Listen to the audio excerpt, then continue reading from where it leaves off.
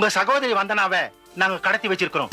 வந்தனா உயிரோடு உங்களுக்கு வேணும்னா இன்னும் 2 நாட்களுக்குள்ள number 144/420 forest avenue, sandal park, elephant கார்டனுக்கு வந்து பேச்சுவார்த்தை நடத்துவோம். வாழ்க தமிழ். Good bye. ஐயோ, என் தங்கச்சியை கடத்திட்டாங்களே.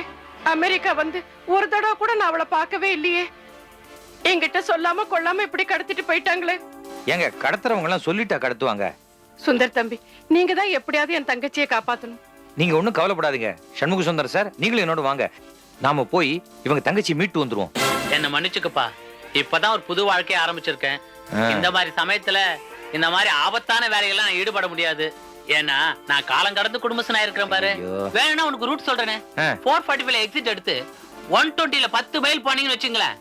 மறுபடியும் அல்ஜீப்ரா கணக்கா? வேணாம், மேப்பை கொடுங்க, நானே பாத்துக்கிறேன். ஐயோ, மேப் எடுத்துட்டு வரலையாப்பா.